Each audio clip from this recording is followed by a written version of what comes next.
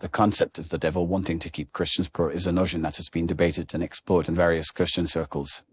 While it may seem far-fetched to some, it is rooted in biblical teachings and the understanding of the devil's nature. According to Christian theology, the devil, also known as Satan, is a fallen angel who rebelled against God and seeks to undermine God's plan for humanity. One of the ways the devil achieves this is by keeping Christians in a state of poverty and financial bondage. The Bible teaches that God wants his people to prosper and live an abundant life.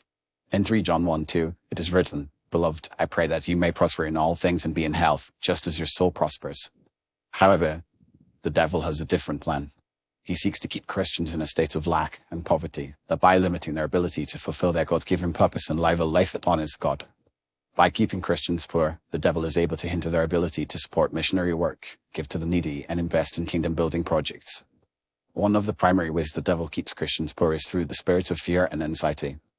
When Christians are fearful and anxious about their financial situation, they are less likely to trust God and more likely to rely on their own strength and resources. This can lead to a cycle of poverty and financial bondage as they become trapped in a mindset of scarcity and lack.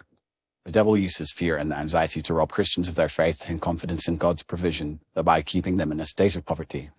Another way the devil keeps Christians poor is by promoting a poverty mindset. A poverty mindset is a way of thinking that is focused on lack and limitation, rather than abundance and provision. When Christians have a poverty mindset, they are more likely to believe that they will never have enough and that God is not able to provide for them. This mindset can lead to a self-fulfilling prophecy as Christians become what they believe. The devil promotes a poverty mindset by whispering lies and half-truths into the ears of Christians, telling them that they are not worthy of God's blessing or that they will never be able to break free from their financial struggles. The devil also keeps Christians poor by distracting them from their purpose and calling. When Christians are focused on their financial struggles, they are less likely to focus on their God-given purpose and calling. The devil uses financial struggles to sidetrack Christians, keeping them from fulfilling their destiny and living a life that honors God. By keeping Christians focused on their financial struggles, the devil is able to limit their impact and influence in the world, thereby hindering the advancement of God's kingdom.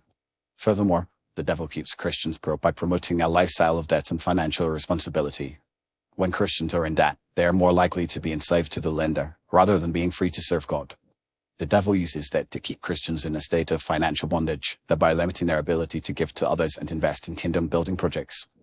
By promoting a lifestyle of debt and financial irresponsibility, the devil is able to keep Christians poor and unable to fulfill their God-given purpose. In conclusion, the devil wants to keep Christians poor because it limits their ability to fulfill their God-given purpose and live a life that honors God.